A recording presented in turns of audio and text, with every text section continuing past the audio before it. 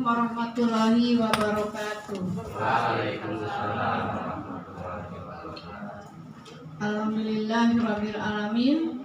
Puji syukur kehadirat Allah Subhanahu wa taala bahwa pada siang hari ini kita diberikan kesempatan di ruang yang sangat sejuk ini dengan tujuan untuk memberikan kesempatan kepada Bu Anis selaku guru penggerak yang memang dia terpilih dari SDN Gedong 03 ini. Bapak Ibu guru yang saya hormati, juga Bu Anis selaku guru penggerak yang mana di sini sebagai tokoh utamanya, saya ucapkan terima kasih. Semoga apa yang akan dibawakan oleh Bu Anis dalam paparan kegiatan diseminasi budaya positif di lingkungan SDN Gedong 03 tentang kegiatan aksi nyata guru penggerak angkatan 8. Untuk itu ini juga sebagai pengalaman bagi Bapak Ibu guru yang nanti juga akan maju di tahun berikutnya dalam jadi guru penggerak, sebagai contoh bisa dilanjutkan oleh teman-teman yang lainnya, karena teman-teman di sini masih banyak yang punya kesempatan yang lebih banyak lagi untuk jadi guru penggerak. Guru penggerak itu sebagai salah satu syarat bisa untuk menjadi kepala sekolah. Bisa untuk menjadi kepala sekolah sebagai salah satu syarat. Nah, di sini banyak sekali Bapak Ibu guru yang masih muda, ya, untuk bisa menggantikan yang sudah pada senior seperti saya, Bu Ida, Bu Jarwati, ya, bisa menggantikan untuk nanti menjadi kepala sekolah di tahun-tahun mendatang. Insya Allah Bu Anis juga mungkin nanti tahun 2027 bisa dicalonkan menjadi guru penggerak. Karena calon guru penggerak yang sekarang di angkatan 5 juga baru beberapa orang ya Bu Anis ya, untuk jadi kepala sekolah. Nah, mudah-mudahan Bapak Ibu guru semua di sini yang masih muda-muda nanti bisa maju mengikuti jejaknya Bu Anis. Jangan sampai di sekolah kita di SD Gedong 03 ini tahun berikutnya tidak ada yang ikut. Seandainya lulus, mohon untuk supaya ikut, karena juga masuk ke dalam nilai sekolah gitu. Demikian paparan dari saya, mudah-mudahan bisa bermanfaat untuk teman-teman juga. Saya akhiri dengan wabillahi taufiq wal hidayah. Wassalamualaikum warahmatullahi wabarakatuh. Waalaikumsalam warahmatullahi wabarakatuh.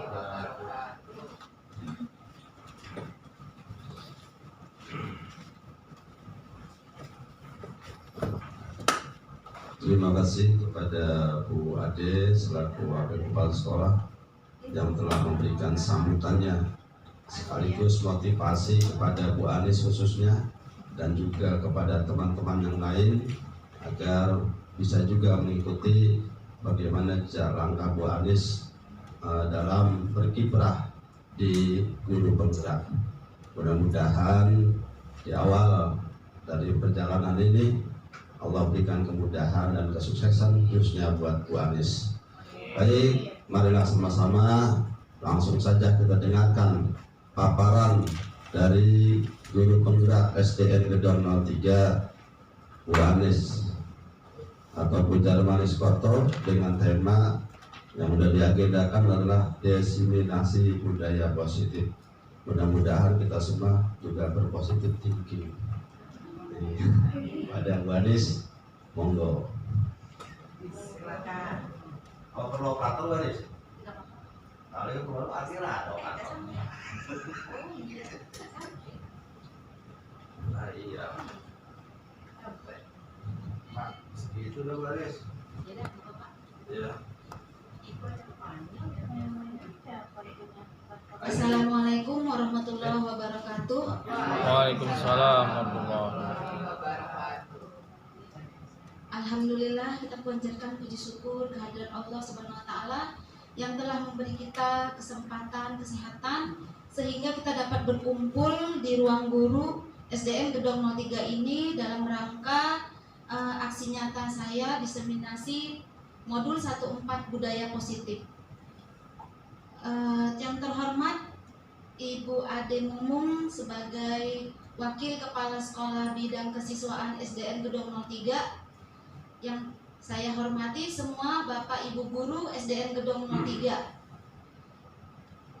Terima kasih atas kehadiran Bapak Ibu Guru. Maaf telah mengganggu waktu istirahatnya, karena ini harus saya sampaikan kepada lingkungan kita semua di SDN Gedong 03 apa yang sudah saya dapatin selama pendidikan guru penggerak modul 1.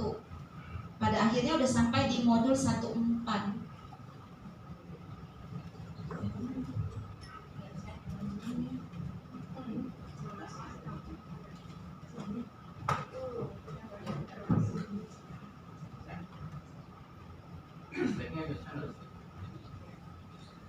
Fisiknya rasanya sampai nggak?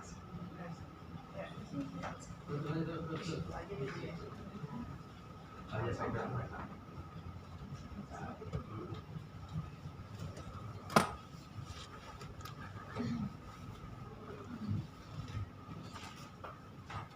Baik Bapak Ibu, akan saya mulai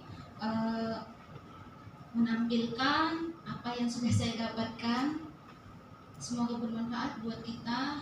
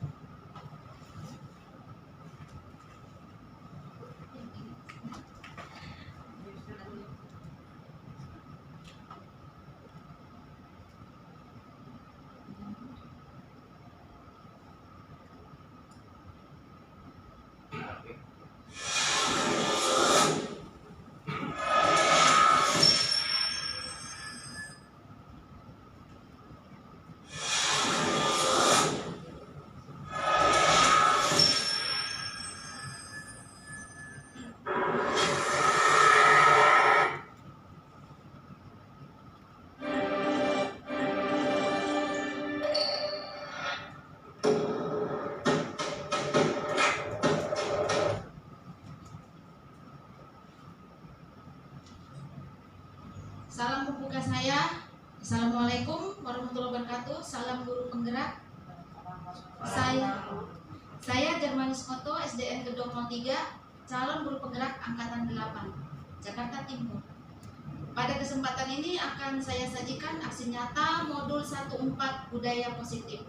Sebelumnya kita ice breaking dulu supaya kita semangat. Ice breaking.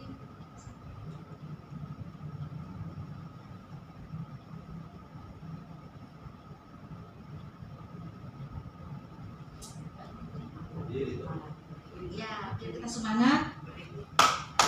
Ya, Pak Pur.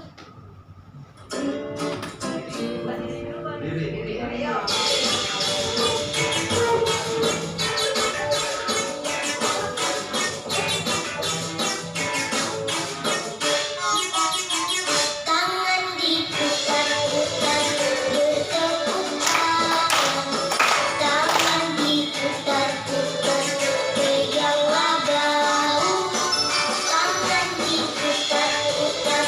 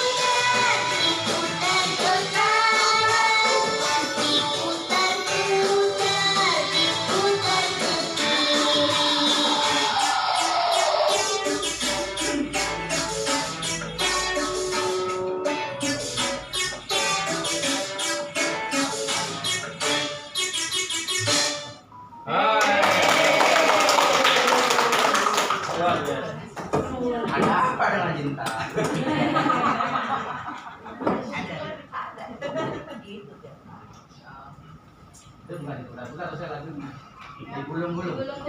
Nah, itu kan. Ya, bagaimana Bapak Ibu? Kita sudah semangat Iya. ya? Sudah Sudah ngantuk lagi, udah mulai ya. Jadi berdua jadinya. Kita lanjut.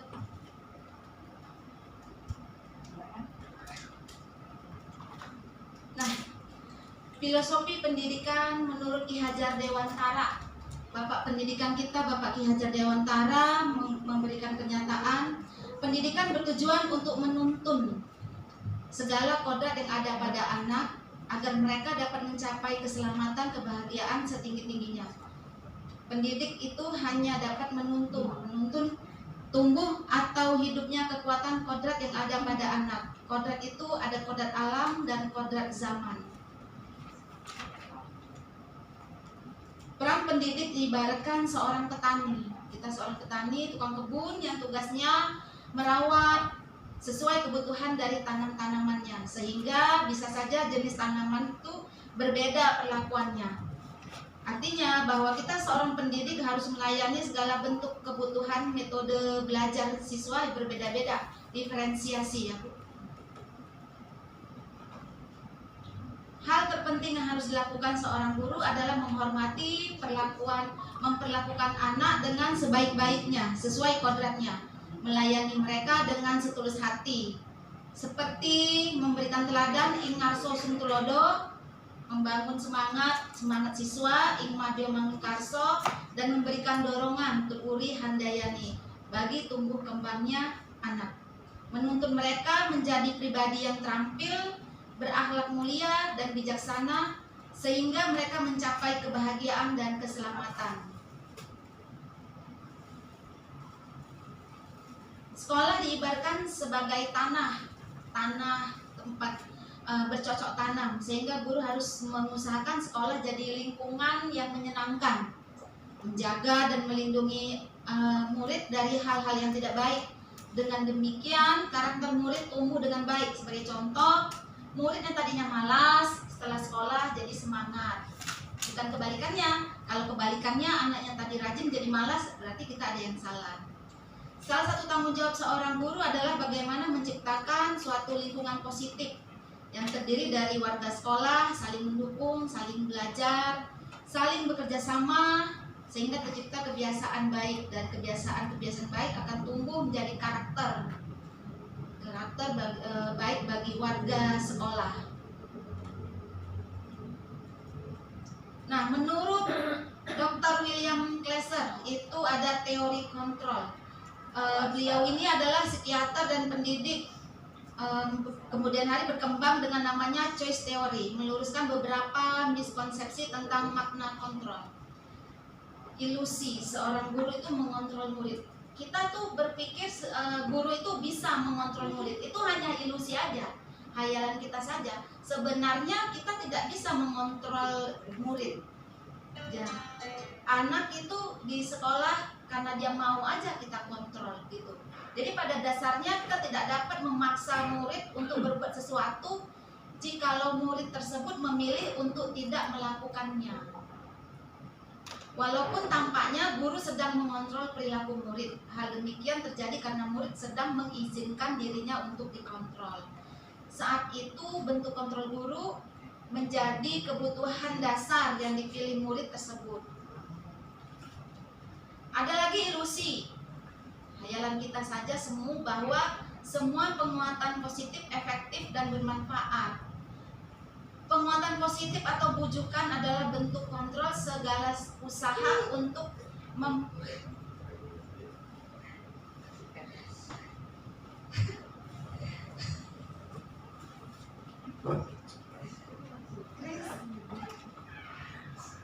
dalam jangka waktu tertentu, kemungkinan murid tersebut akan menyadari dan mencoba untuk menolak bujukan. Jadi dia tidak mau, bisa jadi anak siswa itu, murid itu dia tidak mau dengan bujukan kita. Kita berhayal udah dibujuk dia mau nih, dikasih hadiah dia mau nih. Kalau memang dianya nggak mau ya nggak bisa. Nah, ada lagi ilusi bahwa kritik membuat orang merasa bersalah, dapat menguatkan karakter. Itu tidak juga ya Ibu, Ilusi juga bahwa orang dewasa memiliki hak untuk memaksa. Kita seolah-olah orang dewasa di rumah sebagai orang tua, kita bisa memaksa anak kita, padahal itu sebenarnya anaknya itu yang mau. Jadi bukan kita yang memaksa, memang dianya punya kesadaran. Nah, disiplin positif mengajarkan anak bertanggung jawab, sadar diri berdasarkan nilai-nilai kebajikan. Disiplin positif dapat mengawasi diri dalam melakukan segala tindakan, sehingga murid menyadari, memahami, dan menerapkan disiplin positif berdasarkan motivasi internal, bukan akibat paksaan, ujian, ataupun penghargaan. Nah, motivasi perilaku manusia itu ada dua, ada motivasi eksternal, ada motivasi internal. Kalau motivasi eksternal itu dari luar motivasinya, misalnya menghindari ketidaknyamanan atau hukuman. Terus yang kedua mungkin untuk mendapatkan imbalan atau penghargaan dari orang lain, itu dari eksternal. Kalau motivasi internal itu dari dalam dirinya untuk menjadi orang yang mereka inginkan. Ingin jadi apa sih? Nah, jadi sesuai yang dia inginkan. Dan menghargai diri sendiri dengan nilai-nilai yang mereka percaya. Nah, sehingga hukuman dan penghargaan kurang efektif sebagai motivasi kepada murid. Kita kan suka itu kalau suka memberi hukuman kalau nggak ngerjain PR, berdiri misalnya, atau pulangnya nanti lambat, dilamain, nah gitu. Itu hukuman, jadi kurang efektif. Besoknya dia begitu lagi, besoknya dia begitu lagi. Atau juga penghargaan. Jadi anak itu hanya semata-mata untuk mendapatkan penghargaan saja, bukan dari dalam dirinya. Sehingga udah dapat penghargaan, udah berhenti. Jadi kurang efektif. Nah, posisi pengawasan guru bisa sebagai penghukum, membuat rasa bersalah, teman, pemantau, dan manajer. Yang paling bagus itu yang paling tinggi posisinya sebagai manajer.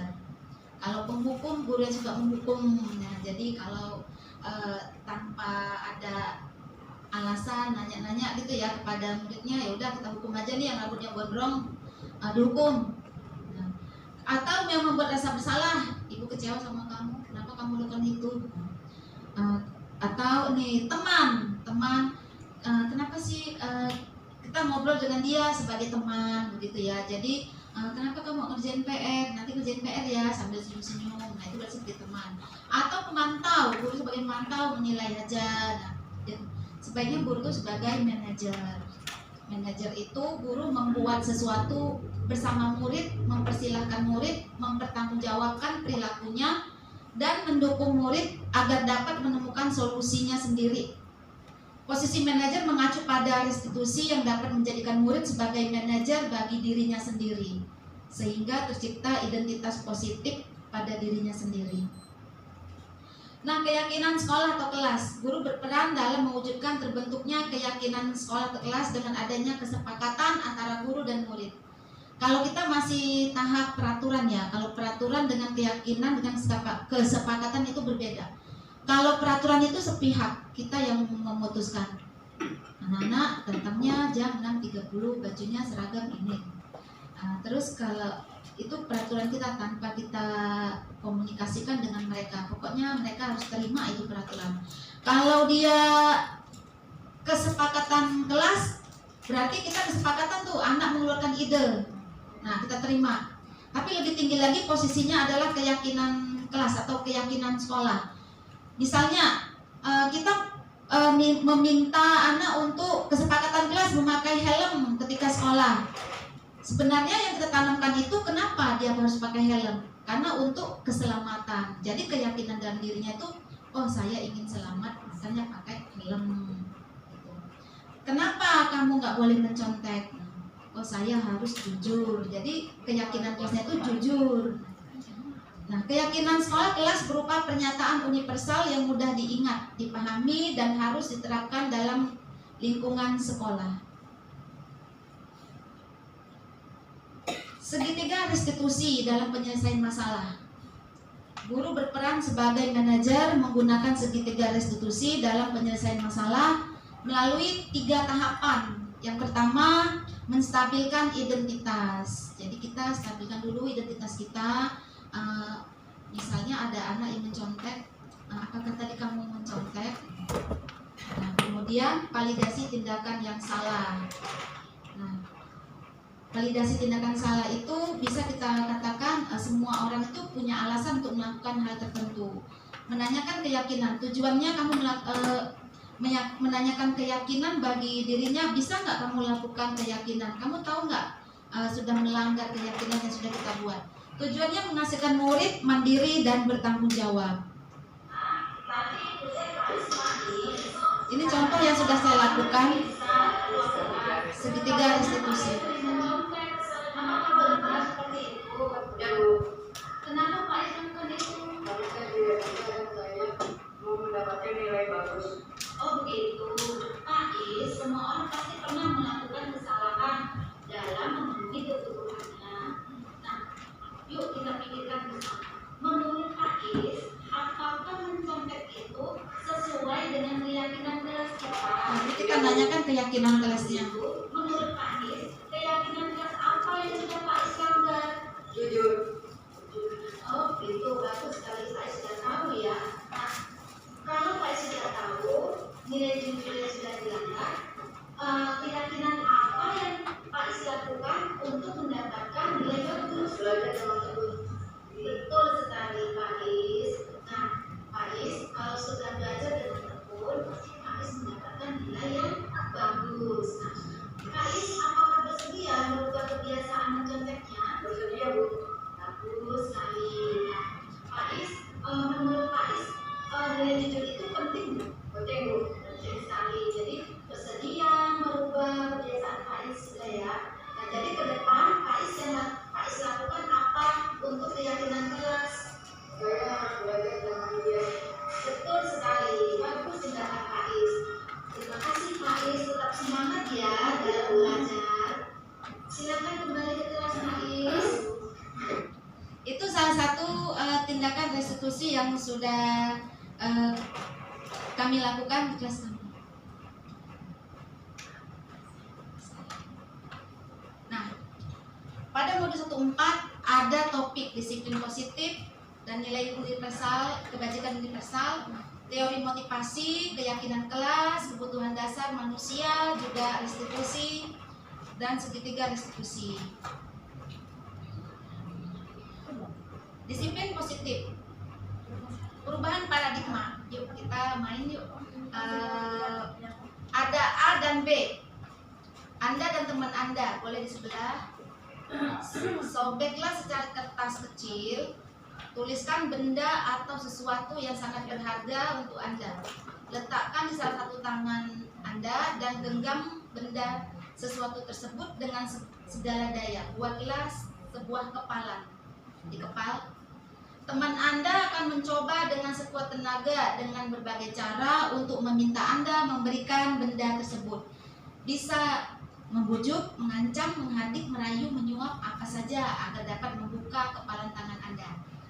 Ayo kita mulai yuk. Nah, silakan Bapak Ibu ditulis. Bujuk. Ayo kertasnya. Itu kertasnya buat saya Pak Mul. Kita demonstrasi. Lain dulu dong. Demonstrasi ada. Ada. Oh, berarti Pak Mul udah pegang. Pakai tisu Pak aja. Mul udah. Pak Mul sama Pak Angger berduaan ya. Iya. Nah, Pak Angger mengepal apa itu ada. Dua-duanya bikin kertas. Iya, Pak Angger kan nanti gantian Pak Angger yang Bapak. Oke, gantian. Apa pelit? Tuliskan hal yang berharga. Uang aja, uang dong. Kebun. Chris. Mengepal ya. Ayo bagi. Mengepal. Apakah bisa ini? Bu Ade sama Bu Bagi dulu. Takni? Iya. Oke.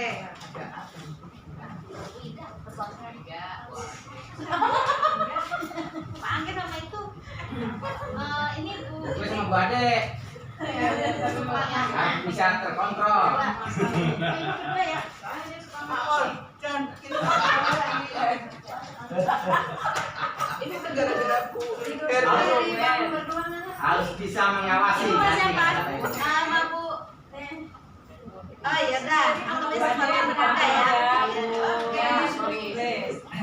Kita mulai ya.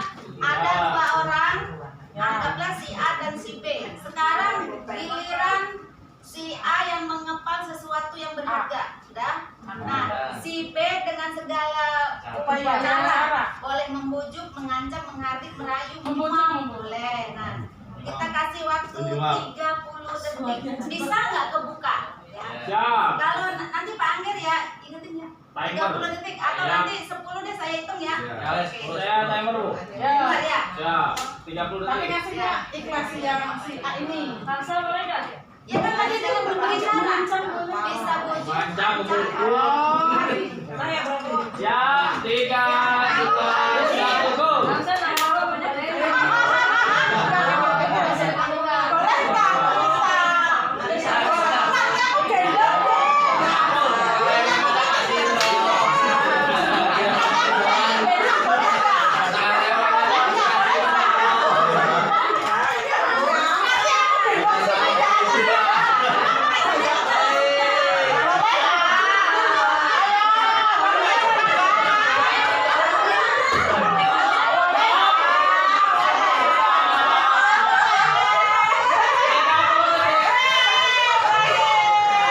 Sekarang gantian. Gantian. Yang tadi si A sebagai itu yang mengepal si A kan? Sekarang yang mengepal si B. Si A berupaya bagaimana caranya supaya terbuka. Nah, Oke, siap. 30 detik lagi. Kita 3, mulai. 2, 1, go.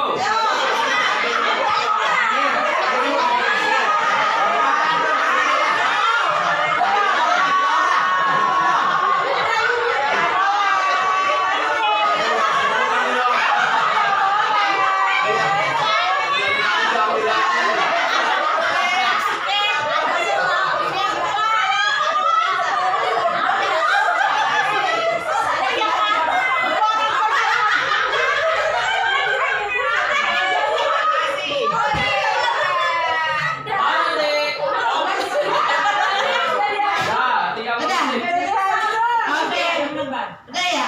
Nah, sekarang kita mau tanya. Tadi yang huruf A yang bisa membuka tangannya siapa? Saya. Yang bisa Bu Leni bisa membuka Bu Rizky tangannya, kepalanya. Oh.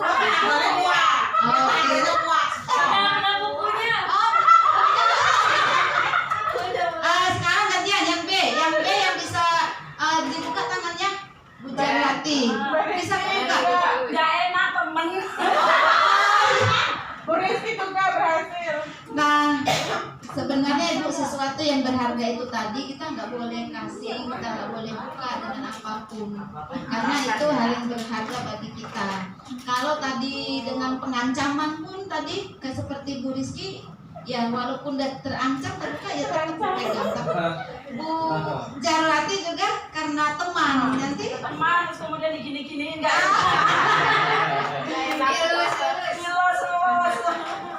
Ya, jadi itu sebenarnya sesuatu yang berharga buat diri kita ya nggak di ini ya nggak boleh. Sekarang perubahan paradigma, teori pengawasan, ilusi guru mengawasi murid, ilusi tadi bahwa kritik dan membuat orang merasa bersalah, ilusi bahwa semua penguatan positif efektif, ilusi bahwa orang dewasa memiliki hak untuk memaksa. Itu semua ilusi. Bahwa walaupun sudah dipaksa, ternyata kan Bapak Ibu tidak membuka kan?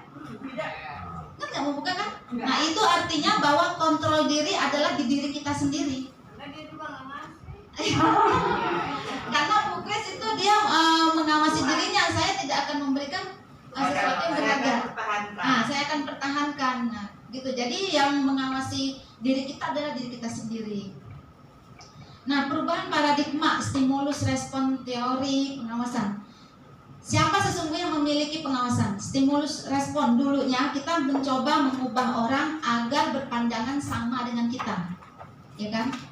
Ternyata kan kita berusaha memahami pandangan orang lain tentang dunia. Tuh. Jadi perubahannya di sini. Terus yang kedua, perilaku buruk dilihat sebagai sesuatu kesalahan. Nah, padahal belum. Semua perilaku memiliki tujuan. Nah, terus orang lain bisa mengawasi saya. Pikiran kita tuh dulu, ternyata enggak, hanya saya yang bisa mengawasi diri saya. Saya bisa mengawasi orang lain, ternyata tidak. Saya tidak bisa mengawasi orang lain. Pemaksaan ada pada saat bujukan yang gagal. Ternyata kolaborasi. Tadi itu udah kolaborasi. Kolaborasi dan konsensus menciptakan pilihan-pilihan baru. Model berpikir dulu menang kalah. Kalau sekarang kayak modelnya teori pengawasan itu model berpikirnya menang-menang. Nah, ini disiplin positif. Banyak disiplin positif. Ada teori motivasi. Apakah makna disiplin? Disiplin itu kita taunya disiplin itu apa? Teratur gitu ya. Tertib gitu ya. Nah, ternyata berasal tegas, galak. Tahu kita gitu betul disiplin. Ternyata disiplin itu berasal dari kata bahasa Latin disiplina yang artinya belajar. Jadi kita belajar mengawasi diri kita. Makna asal dari kata ini berkonotasi dengan disiplin diri dari murid-murid Socrates dan Plato. Disiplin diri membuat orang menggali potensinya menuju sebuah tujuan apa yang dia hargai. Namun dalam budaya kita, makna kata disiplin telah berubah menjadi sesuatu yang dilakukan seseorang pada orang lain untuk mendapatkan kepatuhan. Berubah ya berarti kan? Padahal kita harusnya tuh belajar mengawasi diri kita. Kita ubah malah mendapat kepatuhan. Kecenderungan umum adalah menghubungkan kata disiplin dengan ketidaknyamanan, bukan dengan apa yang kita hargai atau pencapaian suatu tujuan mulia. Jadi kayak disiplin tuh kayak terpaksa gitu ya, nggak nyaman. Padahal kata dasarnya belajar. Nah, nilai kebajikan universal. Nilai kebajikan adalah sifat positif manusia yang merupakan tujuan mulia ingin dicapai. Setiap perilaku perbuatan, ya udah kita ngambil singkat cerita, kita ngambil nilai kebajikan yang dicapai anak Indonesia. Kita kenal dengan profil pelajar Pancasila yang beriman, bertakwa, berakhlak mulia, mandiri, bernalar kritis, berkebenekaan global, gotong royong, kreatif. Sebenarnya masih ada nih nilai kebajikan dari luar sana. Tapi setelah kita rame-rame, memang nilai kebajikan yang paling bagus itu di profil pelajar Pancasila. Sekarang teori motivasi perilaku manusia. Tadi sudah, motivasi manusia itu ada dua, internal dan eksternal. Ada yang ingin menghindari ketidaknyamanan, ada yang ingin mendapatkan imbalan, ada yang internal dan dalam diri untuk menghargai dirinya sendiri. Saya akan menjadi orang seperti apa motivasinya. Menurut Ki Hajar Dewantara, merdeka itu artinya tidak hanya terlepas dari perintah, akan tetapi juga cakap buat memerintah diri sendiri. Kita taunya merdeka itu bebas ya, bebas sudah merdeka. Jadi bukan hanya itu, tapi juga cakap membuat memerintah diri sendiri. Apa mau diperintah orang lain? Nah, itu namanya penjajahan. Makanya supaya kita tidak terjajah, kita perintah diri kita sendiri. Apa itu restitusi? Restitusi adalah proses menciptakan kondisi bagi murid untuk memperbaiki kesalahan mereka, sehingga mereka bisa kembali pada kelompok mereka dengan karakter yang lebih kuat. Restitusi juga proses kolaboratif yang mengajarkan murid untuk mencari solusi untuk masalah mereka dan membantu murid berpikir tentang orang seperti apa yang mereka inginkan. Jadi restitusi, kalau kita selama ini kan menghukum tuh, nah karena kamu nggak menulis PR, tulis itu saya berjanji akan sampai 100 kali. Ternyata kalau restitusi ini kita kasih ke dia, kamu tidak melakukan, biar kamu ambil jalan keluarnya sendiri, bagaimana caranya kamu harus bertanggung jawab. Itu restitusi. Ciri-ciri restitusi bukan untuk menebus kesalahan, namun belajar dari kesalahan.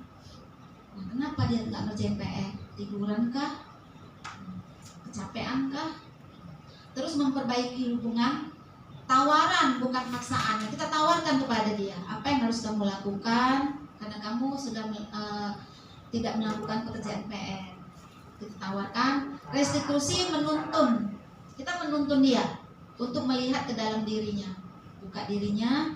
Restitusi mencapai kebutuhan dasar yang mendasari tindakan. Restitusi diri cara yang paling baik. Restitusi fokus pada karakter bukan tindakan. Jadi karakter. Kalau kita kan tindakan nih selama ini nih, ternyata karakter. Restitusi bukan pada solusi. Solusinya biar anak sendiri. Restitusi mengembalikan murid yang berbuat salah pada kelompoknya. Mengembalikan dia. Keyakinan kelas, mengapa tidak peraturan saja? Nah itu tadi kembali. Kenapa nggak peraturan saja? Kita kan udah bikin peraturan. Mengapa harus keyakinan kelas? Tadi udah saya kasih tahu, udah saya paparkan perbedaan peraturan, kesepakatan dengan keyakinan kelas.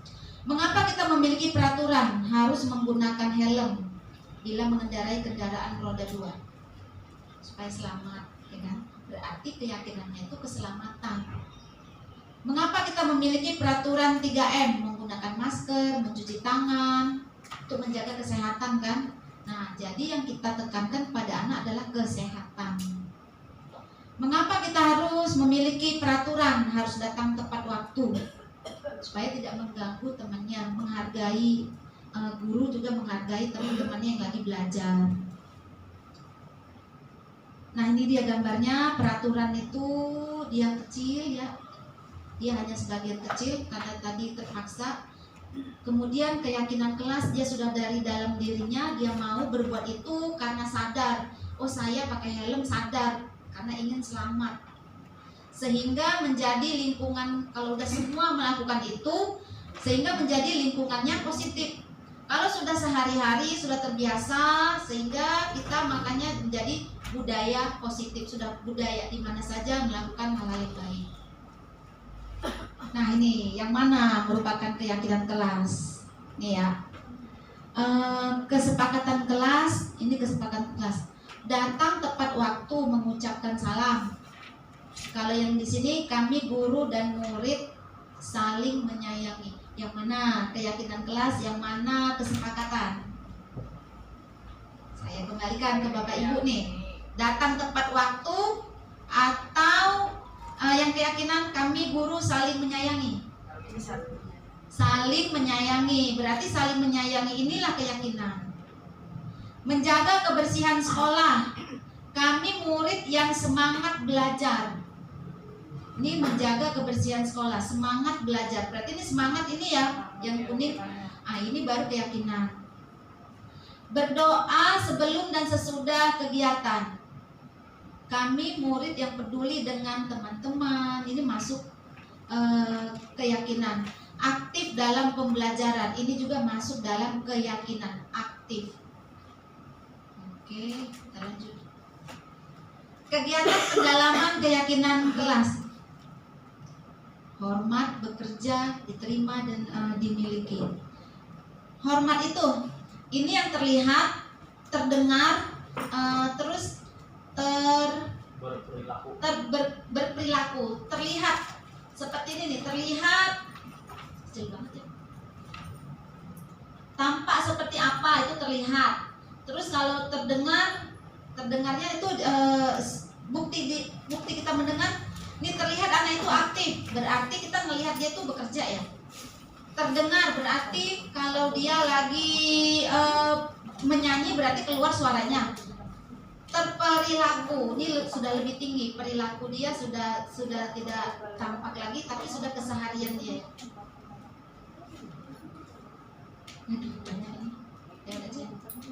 Peraturan dan keyakinan kelas. Selalu kembalikan buku ke tempatnya. Keyakinan kelas apa? Tanggung jawab. Kita mengajarkan dia itu tanggung jawab. Kita kan suka bilang tuh, anak-anak kembalikan buku ke tempatnya. Berarti masih peraturan. Kalau keyakinan tanggung jawab, berarti anak sudah punya tanggung jawab. Enggak perlu disuruh-suruh, dia kembalikan bukunya. Dilarang. Kalau peraturan nggak ada kata dilarang. Kalau keyakinan tidak boleh ada kata dilarang. Dilarang mengganggu orang lain.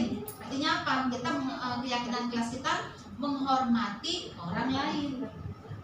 Hadir di sekolah 15 menit sebelum pembelajaran. Kita menghormati orang lain, berkomitmen. Dilarang melakukan kekerasan. Artinya apa? Keselamatan, menghormati orang lain. Dilarang menggunakan narkoba. Keyakinan kita apa? Jaga kesehatan. Pergantian atau menunggu giliran, menghormati orang lain dan harus kita bersabar. Gunakan masker. Keyakinan kita untuk kesehatan, keselamatan. Jangan berlari di kelas atau koridor. Keselamatan dan keamanan supaya dia nggak jatuh gitu ya.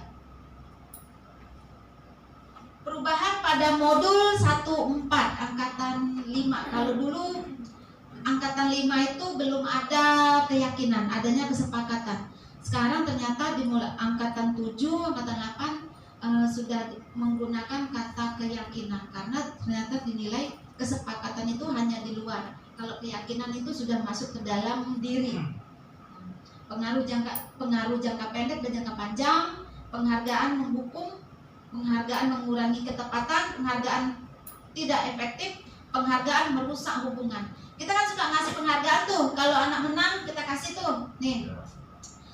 Pengaruh jangka pendek ternyata itu tidak efektif dan untuk jangka panjang.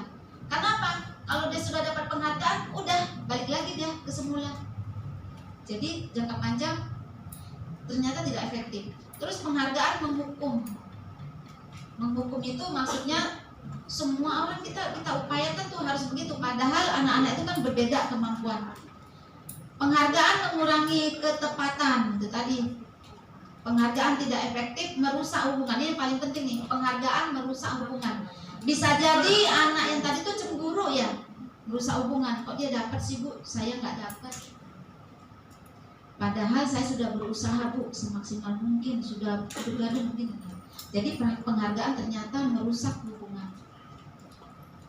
Dihukum oleh penghargaan. Penghargaan menurunkan kualitas, penghargaan mematikan kreativitas. Jadi kurang berkreatif, harusnya bisa berwarna-warni karena dengan penghargaan jadinya kurang.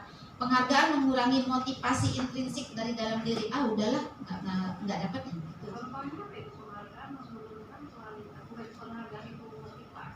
Nah itu tadi Bu, penghargaan itu menurunkan kualitas. Artinya nih kalau sudah dapat penghargaan itu udah selesai, bisa jadi dia stuck di situ. Dia nggak terus lagi berinovasi lagi karena udah dapat. Nah jadi anak-anak itu berbuat sesuatu hanya untuk mendapatkan penghargaan. Jadi bukan menggali potensi dirinya. Mungkin untuk beberapa orang iya, beberapa orang lainnya berbeda juga. Dia akan terus Dengan motivasi penghargaan untuk jangka panjang. Jadi untuk jangka panjang menurunkan kualitas diri dia. Tadinya dia bisa berkreasi lebih lagi, karena sudah dapat ya sudah jadinya kendor. Termasuk mematikan kreativitas dan mengurangi motivasi. Ya, terus langkahnya gimana? Nah, penghargaan ini kan motivasi nih. Nah, ternyata yang perlu kita tanamkan itu tadi tuh keyakinan. Nah, keyakinan pada dirinya bahwa dia harus terus berinovasi, berkreatif. Jadi jangan hanya untuk mendapatkan penghargaan. Jadi hanya memang untuk menggali dirinya. Kalau hanya untuk mendapatkan penghargaan nanti menurunkan dia udah dapat udah gitu aja. Jadi kekurangan penghargaan itu untuk jangka panjang. Kalau untuk anak SD TK mungkin ya, nih buat kamu hadiah, besok hadiah. Ketika kita nggak bawa hadiah, dia nggak mau kerja, ya kan? Itu efeknya. Itu tadi penghargaan, makanya menurunkan kualitas dia. Jadi dia bekerja tuh harus ada imbalan.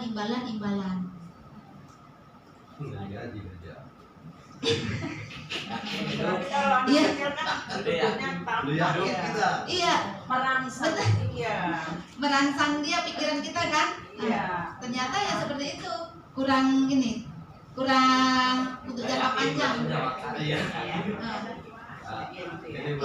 Gimana Pak? Kalau berbicara tentang sebuah olahraga umpama ya, kan masih ada hadiah. Iya betul.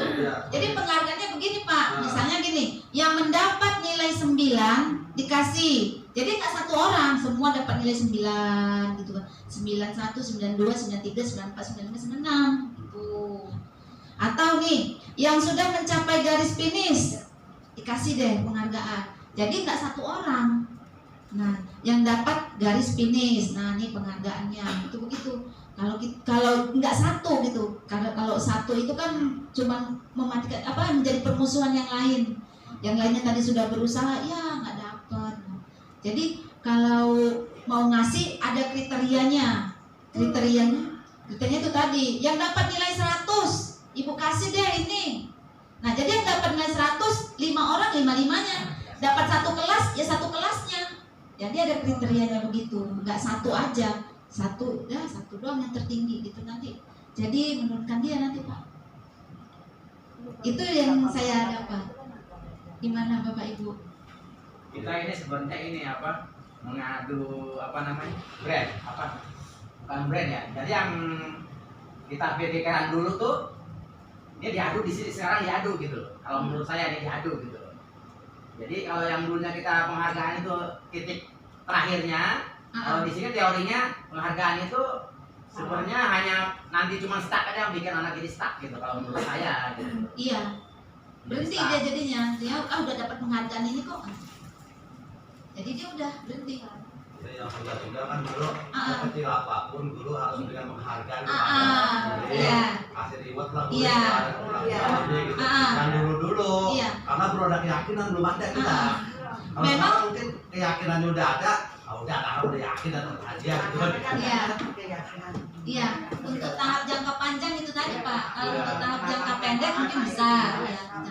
Untuk jangka panjang kurang efektif. Jadi dia selalu melakukan sesuatu apapun dengan embel-embel penghargaan, reward gitu. Jadi nggak dari dalam dirinya. Gitu. Jadi nggak pada motivasi. Jadi kurang efektif untuk motivasi dia. Makanya tadi motivasi tadi kan ada dua, ada dari dalam, ada dari luar. Dari luar itu kan penghargaan dan hukuman. Orang kan kenapa kamu misalnya berseragam lengkap, nanti kalau nggak lengkap Bu, takut diomelin, takut jadi bukan dari hati dia. Memang saya sebagai siswa Bu pengennya rapi, indah, enak dilihat, saya suka seperti itu. Nah, kita pengen kan jawaban dari hati dia, bukan keterpaksaan. Daripada saya dihukum Bu, nanti dijemur di halaman, malu ya. Itu kan tadi hukuman, motivasi dia. Nah, itu tadi motivasi eksternal. Makanya motivasi dua tadi, internal dan eksternal. Eksternalnya penghargaan dan hukuman.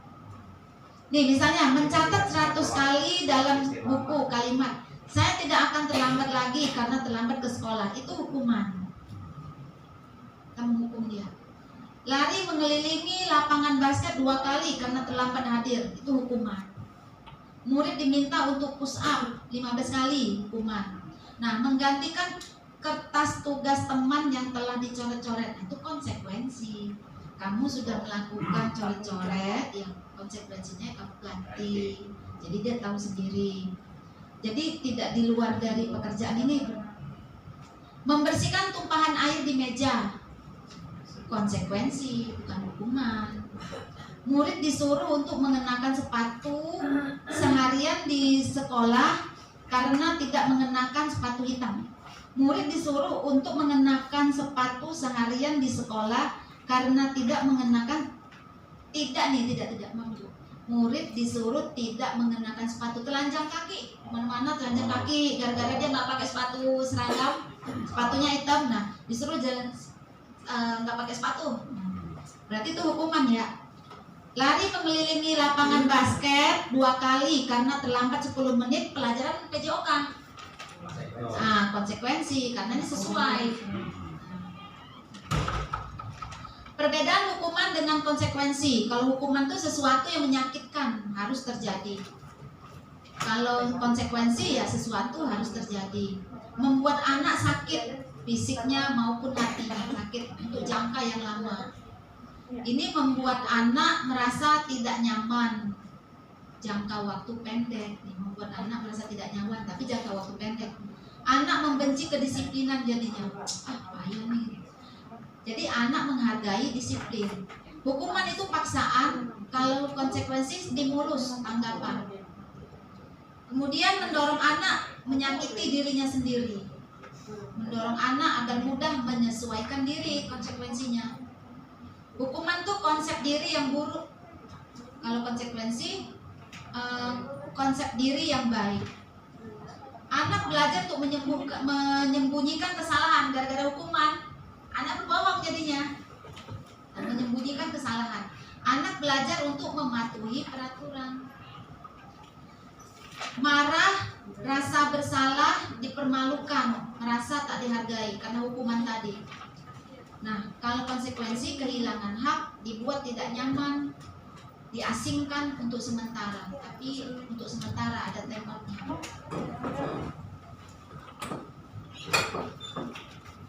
Lewat aja ya. Kebutuhan dasar manusia. Nah, pelajaran 4. Ini kebutuhan dasar manusia. Kemarin saya ucapkan terima kasih Bapak Ibu yang sudah mengisi Google Form. Kebutuhan dasar manusia yang nomor 1 kebutuhan bertahan hidup.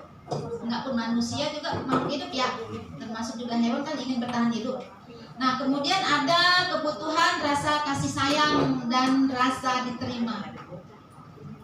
Kemudian ada kebutuhan penguasaan. Katakan penguasaan itu maksudnya kita diberi kewenangan. Kemudian kebutuhan kebebasan, ingin bebas, tidak terikat, dan kesenangan. Itu kebutuhan dasar manusia. Nah, ini posisi pengawasan. Banyak nih, penghukum, pembuat orang merasa bersalah, teman, pemantau, dan manajer. Contohnya nih, guru berbuat menghardik, menunjuk-nunjuk, menyakiti, menyindir. Nah, kita menghardik siswa, menghardik murid, menunjuk-nunjuk kamu ini nih. Terus menyakitinya, menyindir-nyindir, itu namanya menghukum. Sebagai guru penghukum.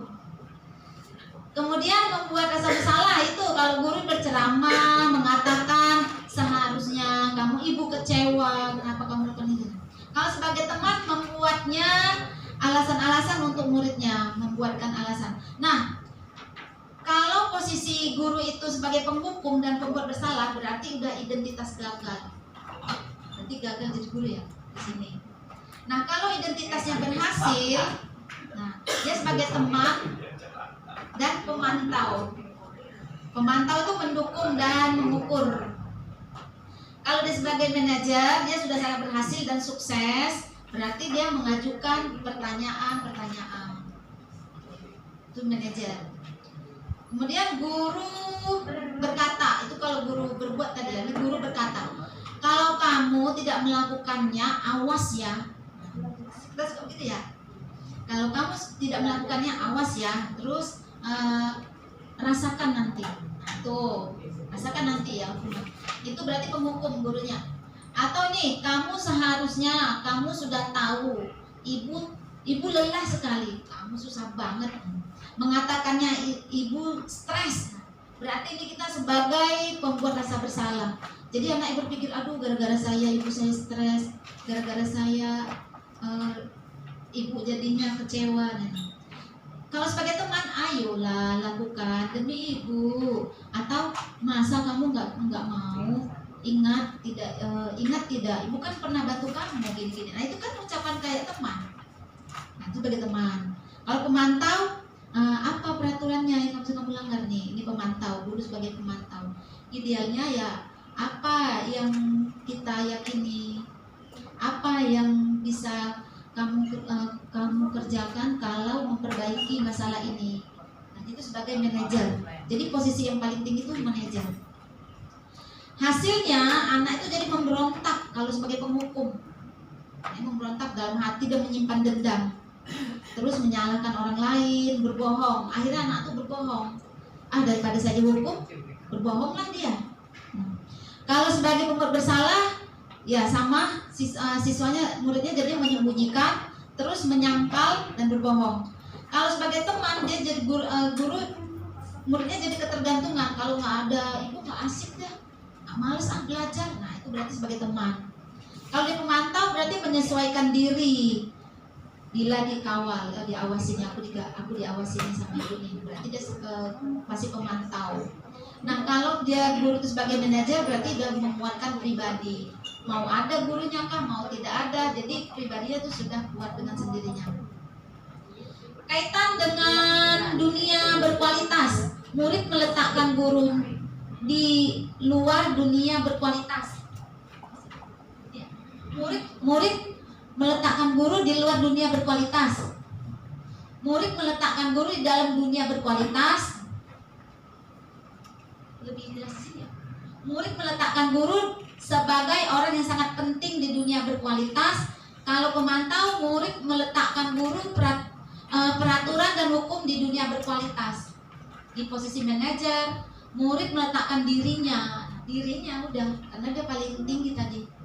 Jadi murid itu udah sadar diri.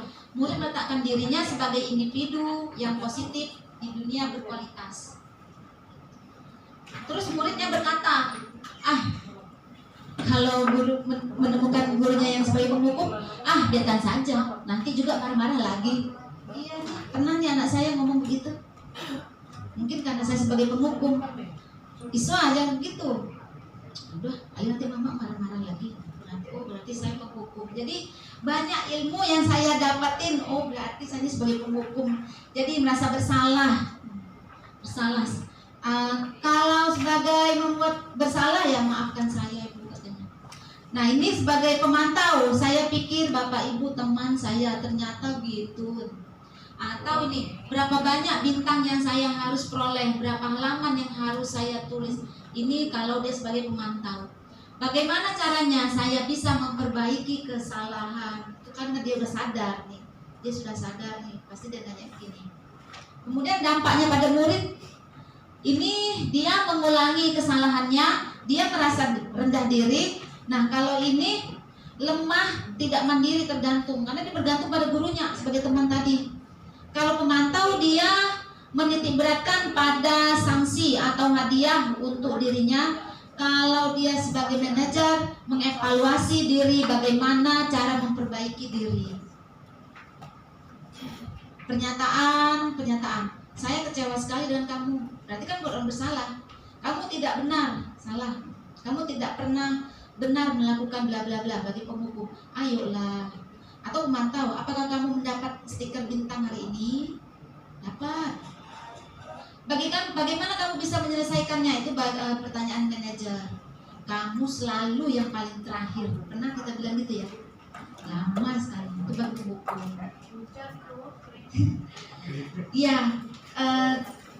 Banyak perubahan yang dirasakan. Peraturan pemantau konsekuensi hadiah, nilai-nilai manajer yang memperbaikinya. Nih, kalau kamu tidak, kalau kamu tidak melakukannya, saya akan apa? Cubit. Apa yang kamu yakini? Bagaimana memperbaiki masalah ini? Nah, itu dia. Apa yang kamu yakini? Kejujuran. Bagaimana memperbaiki masalah ini? Belajar dengan tekun. Terakhir, segitiga restitusi. Nah, ini kalau ada bermasalah, pertama kita menstabilkan identitas. Penyelesaiannya itu ada 3 nih. Menstabilkan identitas, kemudian validasi kebutuhan, kemudian menanyakan keyakinannya. Kalau menstabilkan identitas, setiap orang pasti pernah melakukan kesalahan. Jadi anak itu nggak langsung kita judge, kita bilang begitu. Setiap orang pasti pernah melakukan kesalahan. Kamu bukan satu-satunya yang pernah melakukan hal ini. Nah, jadi dia nggak down. Oh ya. Nah, baru kita tanya, kamu tentu punya alasan melakukan hal itu. Ya Bu, saya begini. Jadi dia terbuka. Adakah cara yang lebih efektif untuk mendapatkan apa yang kamu butuhkan? Nah, setelah dia membuka diri, baru di sini kita kasih. Terus nilai apa yang telah kamu sepakati? Kejujuran, keselamatan, kesehatan. Kamu ingin menjadi orang yang seperti apa? Kita tanyakan ke dia. Segitiga restitusi yang tadi sudah ya. Menstabilkan identitas. Guru berkata, sebaiknya begini, untuk membuat anak yang merasa gagal karena berbuat salah. Berbuat salah itu hal yang manusiawi. Kita bilang begitu. Selanjutnya kamu bagaimana? Apa yang harus kamu lakukan ya? Tidak ada manusia yang sempurna. Bapak juga pernah bersalah, ibu juga pernah bersalah. Kita pasti bisa menyelesaikan masalah ini. Bapak ibu tidak tertarik cari tahu siapa yang benar, siapa yang salah. Kalau kamu menyalahkan dirimu sendiri terus, apakah kamu bersikap baik pada dirimu sendiri? Nah, ini menstabilkan, jadi stabil identitas dia. Baru kita validasi kebutuhan, membantu siswa mengenali basic kebutuhan yang ingin dipenuhinya ketika melakukan kesalahan itu. Pada dasarnya setiap tindakan tujuan memenuhi basic needs, apakah itu power, freedom, love, ataupun belonging, fun, atau supreme fun. Guru berkata, kamu bisa saja melakukan hal yang lebih buruk, tapi kamu tidak lakukan, kan? Kamu pasti punya alasan melakukannya. Apa yang penting bagi kamu? Atau bertanya, kamu boleh tetap berusaha menjaga sikap itu, tapi tambahkan sikap yang lain yang baru. Maukah kamu belajar cara lain untuk mendapatkan yang kamu butuhkan tanpa harus memukul? Apakah kamu bisa melakukan dengan lebih baik besoknya? Itu validasi kebutuhan. Kemudian kita menanyakan keyakinan. Apa nilai yang kita percaya di kelas? Kayak tadi saya tanya ke Pak Is, jujuran Bu. Nilai universal apa yang telah kita sepakati? Atau kelas yang ideal seperti apa yang kamu inginkan? Kamu ingin jadi anak seperti apa? Apa yang kamu rasakan? Nah, ketika kamu melakukan itu, kamu menjadi orang yang seperti apa? Oke, intervensi. Apakah kamu ingin berbuat lebih baik? Itu bisa kita tanyakan. Apakah saat ini kamu sedang menjadi orang yang sedang kamu inginkan? Tentu tidak. Kamu kan ingin jadi orang baik. Apa kamu bisa mengubah kegiatan perilaku kamu saat ini menjadi sikap yang lebih membantu? Apakah wajar? Kita tanya. Apa yang kamu lakukan saat ini sesuai? Apa kamu siap untuk mulainya? Peraturannya apa? Misalnya dia melanggar, peraturannya apa? Sepertinya kamu punya masalah ya. Atau kita tanya lagi, saat ini kamu seharusnya berbuat apa? Apa yang bisa saya bantu buat kamu, Nak? Apakah kamu bisa bantu? Apakah saya bisa bantu kamu agar dapat segera mulai? Apakah tugas kamu saat ini? Bagaimana kamu ingin diperlakukan? Apa yang kamu inginkan? Itulah intervensi segitiga restitusi. Refleksi. Sampai di sini Bapak Ibu, apakah ada yang mau dipertanyakan tentang budaya positif? Ya, merubah cara pikir kita, stimulus tadi ya. Nah, stimulus tadi yang gimana ya tadi? Udah banyak di sini. Memang ini kalau merubah paradigma kita harus banyak belajar. Ya. Saya sih pernah ikut juga. Sebenarnya kita tuh harus menjadi pendengar yang baik. Ya. Dan guru, iya betul. Pendengar yang baik. Jadi Makanya kita dengerin dulu, baru kita kasih masukan. Aja sih kalau menurut saya. Iya. Jadi merubah paradigma memang nggak semudah kembalikan telapak tangan gitu. Karena paradigma yang kita alami jadi guru tuh begini. Jadi dengan teori ini bisa berubah lagi gitu. Cuma kan yang saya tanyakan, ini kan teori ya.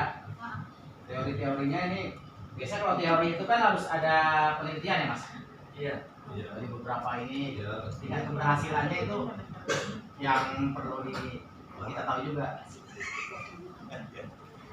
Saya satu aja sih, Bang, ini saya pernah saja, cuman saya waktu itu belajarnya hanya menjadi pendengar yang baik. Iya. Ya, ada, Bang. Ya betul sekali Pak. Makanya budaya positif ini kita harus kita harus bagikan kepada teman-teman semua satu sekolah supaya bisa berjalan. Kalau sendiri sendirian aja nggak jalan. Makanya ditugaskan, diperintahkan harus di-share sehingga berlakulah budaya positif seperti itu. Yang sama, yang segitiga restitusi. Apapun yang dilakukan orang itu pasti punya alasan. Jadi kita yang kadang-kadang yang tidak mau mendengar alasan. Alasannya itu apa? Kenapa ada anak nggak pakai seragam? Nah, kita harus tahu dulu alasannya apa. Ibunya suka jadi negatif thinking ya. Nah, iya. Tadi Karena kita nggak tahu alasannya. Gitu. itu tadi posisi guru ada yang sebagai pemukul, Jangan menjudge. sebagai pembuat rasa bersalah, memantau, Itu teman, makanya jadi memantau. pendengar Nah, yang baik. benar. Yang itu tadi. Kalau saya perhatikan apa yang dipaparkan Bu Anis tadi, ini sebenarnya yang lebih utamakan adalah pembangunan karakter, pembangunan ya moral anak ya. Iya. Tapi ya dunia pendidikan kita sekarang moral itu kayaknya kesampingan, justru yang diandalkan adalah nilai-nilai yang Pancasila. ya nilai-nilai yang berangka gitu ya, karena orientasinya agar masuk terus tingkat lebih tinggi nilai. Sementara akhlak yang ingin dibangun di karakter ini nih, pendidikan ini nggak ada sebenarnya gitu loh. Dari mulai ya anak-anak kita dari rumah, anak-anak kita sekolah, bahkan sekarang bukan hanya itu, para pemimpin kita juga karakternya udah nggak ada. Iya. Nah bagaimana ya orientasi yang disampaikan ini bisa membangun karakter kalau sementara di dunia maya saja nggak ada perilaku karakter. Ya itu udah sembarangan aja, baik ya istilahnya orang-orang yang memang ada ya nama bagusnya, contohnya kayak kemarin ya di antara salah satu orang istana masa anjing dinikahkan pakai adat Jawa. Ini karakter apa yang mau dibangun? Nah, itu nggak cocok sama ini ya Pak ya. Iya, nah itu orang-orang paham, orang-orang pinter, tapi kenyataannya apa? Sementara teori kayak gini dari sono juga kan? Iya. Iya, jadi kadang-kadang kontradiktif Bu Ani. Bu Anis. Iya. Apa yang menjadi istilahnya ini paparannya atau istilahnya teorinya, tapi realitasnya tidak sesuai. Angin lalu. Iya. Jadi banyak teori-teori karena memang apa yang diteorikan ini tidak bersumber pada nilai-nilai agama pada dasarnya. Cuma pengetahuan gitu.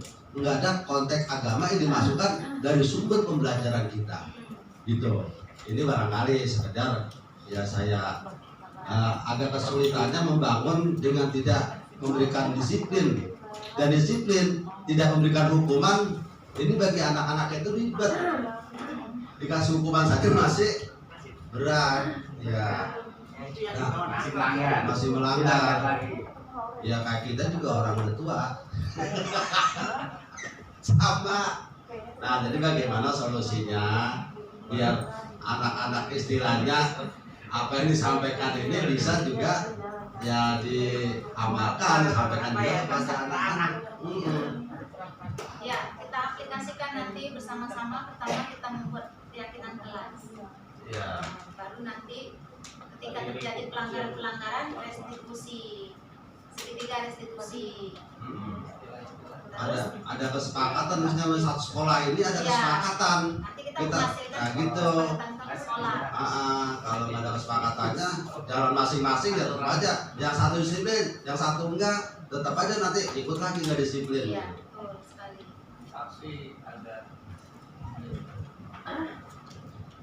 Cek pendapat pribadi ya Bu Anis. Oh iya Pak, silakan Pak.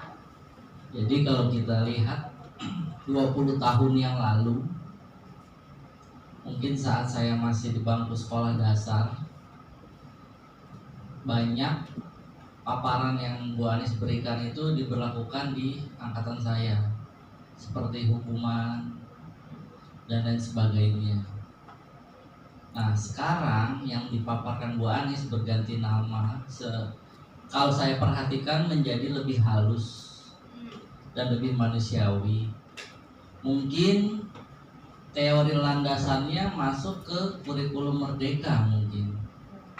Kalau 20 tahun yang lalu kan masih menggunakan kurikulum CBSA. Cara belajar siswa aktif. Cara belajar siswa aktif. Kalau dulu diplesetinnya catat Catat buku sampai habis. catat buku sampai habis. Ternyata generasi-generasi yang 20 tahun itu diberlakukan kurikulum seperti itu sekarang jadi garong semua di pemerintahan gitu. Sehingga lahirlah teori-teori yang berubah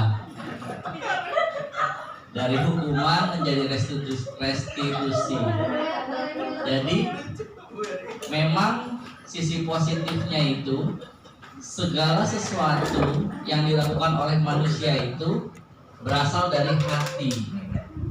Kalau sudah berasal dari hati itu pasti baik. Tapi kalau berasal dari otak menguntungkan doang, belum tentu baik. Nah, itu yang harus dirubah pada saat ini. Jadi semua yang dipaparkan Bu Anis tentunya sudah dikaji tentunya dari angkatan 1 ya. Bahkan ada perubahan di angkatan 5. Tadinya hanya kesepakatan menjadi keyakinan. Mungkin nanti di angkatan 10 kolbu kali. Iya, jadi menjadi kolbu gitu. Jadinya diharapkan 25 tahun ke depan Indonesia itu masih ada. Karena kan yang ditakutkan itu 25 tahun, 45 tahun ke depan Kalimantan berubah nama jadi Singapura. Iya. Kalimantan itu digadang-gadang berubah nama jadi Singapura. Alasannya apa? Alasannya statement terakhir Presiden kita ngajak warga Singapura untuk investasi besar-besaran di Kalimantan. Nah, biarlah itu menjadi program golongan-golongan sekarang yang berasal dari kurikulum CBSA. Nanti kurikulum Merdeka yang membersihkan itu semua. Jadi terima kasih Bu Ani sudah memberikan teori-teori baru yang sangat relevan untuk saat ini dan masa yang akan datang. Ini sangat bermanfaat untuk kita. Itu aja sih pendapat dari saya. Terima kasih. Silakan kalau ada teman-teman lagi mau nanggapi.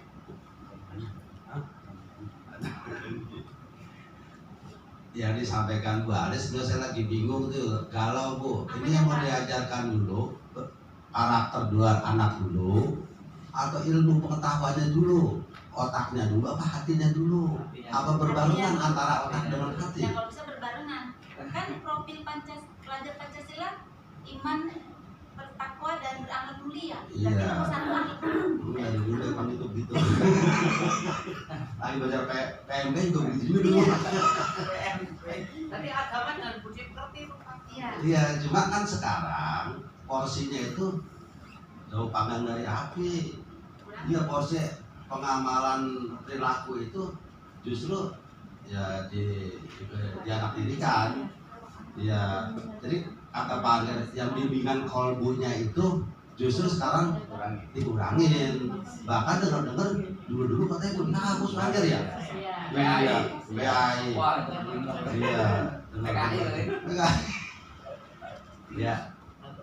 Ya mudah-mudahan apa yang dipaparkan Bu Anis bisa memberikan pencerahan kepada kita bagaimana ketika kita menghadapi anak, apakah nurani dulu yang kita kedepankan atau emosi yang ada di kepala kita yang kita utamakan. Ini tinggal bagaimana kita memilih, yang penting di rumah urusan beres.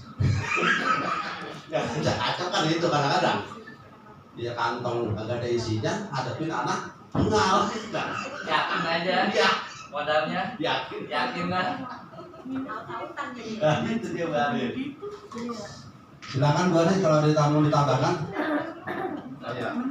Saya tambahan aja. Tambahan dari saya sebenarnya ini yang harus berubah dulu, kayaknya gurunya dulu Pak. Iya. Gurunya dulu. Kita paradigma yang lamanya dihilangkan sedikit, kemudian baru kita setelah belajar ini baru kita menerapkan sedikit. Itu aja menurut saya. Terima kasih. Cukup Bapak Ibu semuanya? Cukup?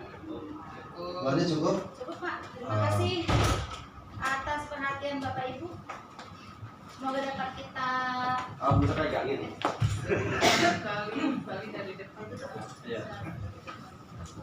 Terima kasih atas perhatian Bapak Ibu. Semoga dapat kita laksanakan apa yang telah kita ketahui, kita pahami hari ini. Dapat ilmu.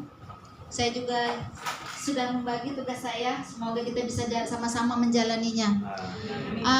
Ke depan lagi nanti mungkin ada lagi nih aksi nyata lagi nih nanti nih. Nah, saya mohon dukungannya Bapak Ibu untuk kita semuanya akan berubah mintanya itu kan menteri kita berubah, Iya. perubahan gitu.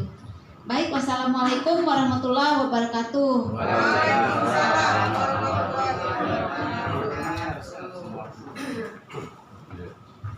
Terima kasih Bu Ani. Pada kita bagaimana kata Pak Mul, kita mulai dari gurunya dulu dah. Ya kalau guru sekarang jam 6:30 lari-lari mau absen. Biasanya mulai di lari itu. Karena rupanya memang di ujung harapan. Betul. Iya. Gitu, jadi bagaimana kita memulai dari diri kita sendiri dulu, bersikap lemah lembut terhadap teman-teman juga. Ya apalagi kepada murid-murid kita, jangan mudah kita terbawa emosi. Ya ini adalah bagian dari pembelajaran kita untuk bagaimana berkarakter terhadap diri kita dan teman-teman kita, juga kepada murid-murid kita semua. Terima kasih Bu Anies dan juga terima kasih kepada Bapak Ibu Guru yang setia untuk belajar positif yang telah disampaikan oleh Bu Anies. Dari saya cukup sekian, saya akhiri. Billahi taufiq wal hidayah. Assalamualaikum warahmatullahi wabarakatuh. Waalaikumsalam warahmatullahi Kita wabarakatuh. akhiri dengan membaca hamdalah. Alhamdulillah. Mari kita kasih aplaus buat Bu Anies. Semoga sukses selalu.